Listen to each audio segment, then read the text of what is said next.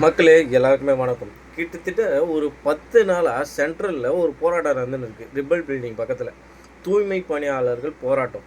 அவங்கள வந்து வேலையை விட்டு தூக்கிட்டாங்க அப்படின்ற ஒரு போராட்டம் நடந்துகிட்டு இருக்குது. அது என்ன பிரச்சனைன்னு எனக்கு தெரியல. ஒரு போராட்டம் நடந்துகிட்டு இருக்குது.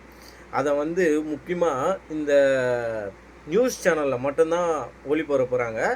அதுவுமே பார்த்தீங்கன்னா ஒரு 1000 வியூஸ் மேலே வந்து போகல. அது வந்து ஒரு விஷயமாகவே யாருமே வந்து ஒரு கருத்தில் எடுக்கலை. எங்கெங்கேயோ நடக்கிற பிரச்சனை, அமெரிக்காவில் நடக்கிற, ஜப்பானில் நடக்கிற பிரச்சனைலாம் எடுத்து இந்த மதன் கௌரி அப்படின்றவர் பேசுவார் இல்லையா?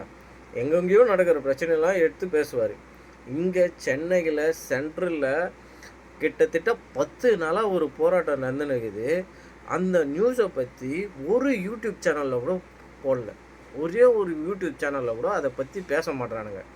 இந்த மெயின் ஸ்ட்ரீமில் ஏதோ போடணும் அப்படின்ற ஒரு கடமைக்காக அதை எடுத்து போடுறாங்க. அதை மக்களிடையே ரீச்சும் ஆகலை. அதை யாருமே பார்க்கல.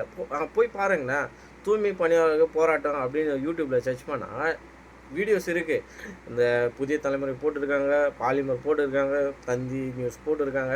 ஆனால் அதோட வியூஸ் பார்த்தீங்கன்னா ஒரு 1000 வியூஸ் 1500 வியூஸ் அவ்வளோதான் இருக்கும்.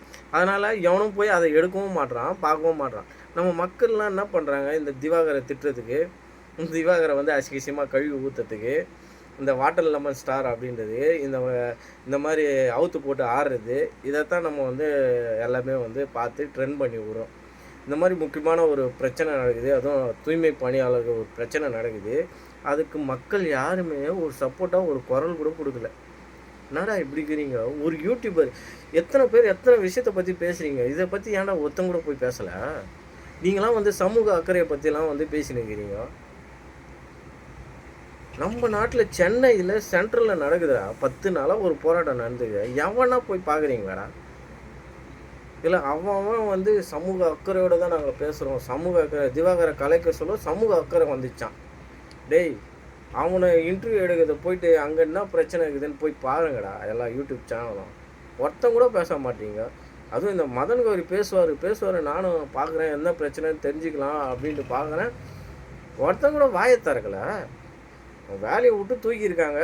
அது என்ன பிரச்சனைன்னு எனக்கு சரியாக தெரியல. ஆனால் நான் வந்து போய் எடுத்து போடலாம் அப்படின்னு நீங்கள் சொல்லலாம். நான் வந்து அந்த வேலை செய்யலை. ஆனால் அந்த வேலையை செய்கிற ஆளுங்க நிறைய யூடியூப் சேனல் இருக்குது. போய் போடலாம்ல. யாருக்கும் திராணி கிடையாது. நான் பேசுகிற அளவு கூட எவனும் பேசலையே. என்ன பிரச்சனைன்னு இப்போ எடுத்து சொல்லுங்கள். அப்போ தான் மக்களிடையே போய் சென்றடையும். மக்களும் அதுக்கு சப்போர்ட் பண்ணுவாங்க. அவங்க போராட்டம் நியாயமாக இருந்தால் மக்களும் வந்து இப்போ சப்போர்ட் பண்ணுவாங்கள்ல.